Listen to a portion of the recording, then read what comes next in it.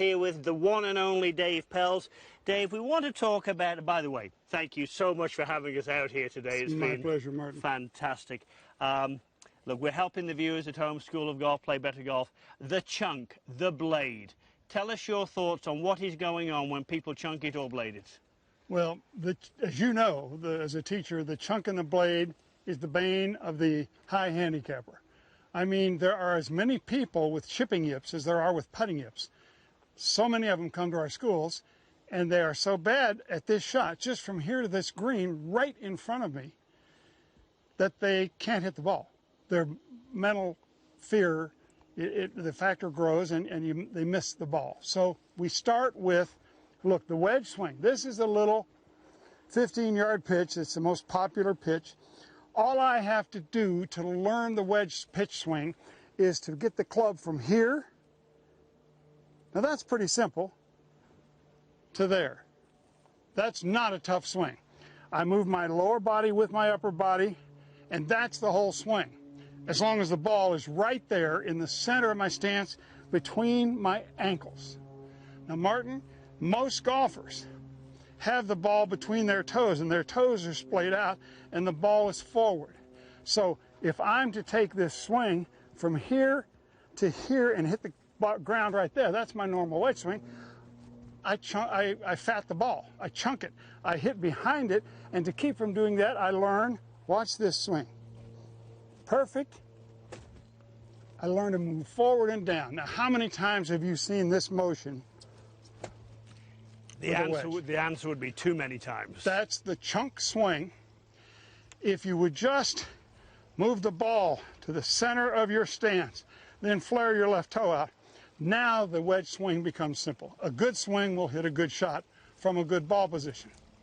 Now, the truth is, unfortunately, any golfer that's played a lot, once they chunk about 100 wedge shots, they're not going to chunk the next one. And they blade it to keep from chunking it over the green. Well, now the brain says, oh my God, what a tough shot. I mean, this is not a difficult shot. It's difficult to see for golfers where the middle of their stance is, because when you stand like this, the middle's hard to find. But if you keep your feet pointed perpendicular to your iron at the start, and then you only flare the left one so that you can turn onto it, have a little wedge rhythm and motion, that's all it takes. One position here, one position there, a little motion in between, and the ball has got to be in the middle of your stance.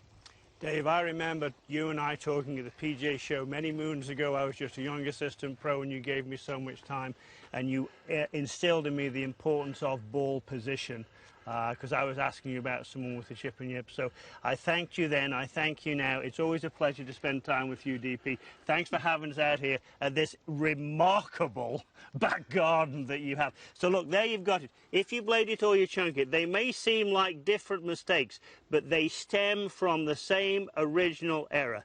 Do what Mr. Pell said, get a consistent ball position that is actually between your heels, correct? Go to a golf pro and find out what the proper position looks like, so you don't practice. Look, practicing bad ball position, which generates a bad wedge swing, grooves it. It doesn't improve it. It grooves it, and it makes it permanent. Practice makes permanent, not perfect. So listen to the pros, work on your game, and enjoy a better short game. There you have it. Now you know what to do. So following up on that piece of wisdom from Pells, I think how you take your practice swings and where you take your practice swing also makes a big difference. So okay. I've got two thoughts here. You know, take which one appeals to you the most at home. I'll do one, and then I'll have you do the other one. So sounds good. Every golf ball will have a target line. We'll put it here.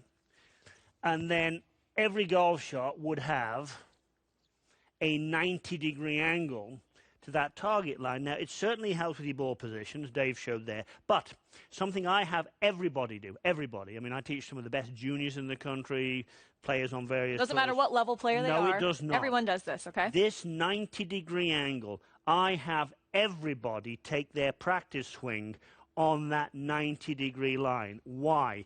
Because you can see if you're clipping the ground in the right place. Okay. I see no reason to take practice swings back here.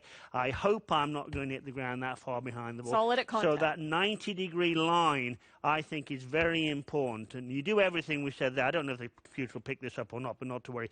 I've got that 90-degree angle. I've taken my practice swing on that 90-degree line and hit it from there. Now, the other thing that I like to do, certainly, is one of our younger players, Jordan Spieth. He's pretty good. He's pretty good. Although he's not the best at this shot. He's really good, but he's not the best. We've got him coming up a little bit later. But Jordan Spieth does something under the guidance of Cameron McCormack, his coach, that I just love. And that is, to the side of the ball, Jordan Spieth takes 2 or 3 practice swings and he goes back and through and back and through and back and through and back and through. And he's brushing the ground at the same spot. Just brushing it, not digging back and through. No. Not back through and stop. Back and through and back and through.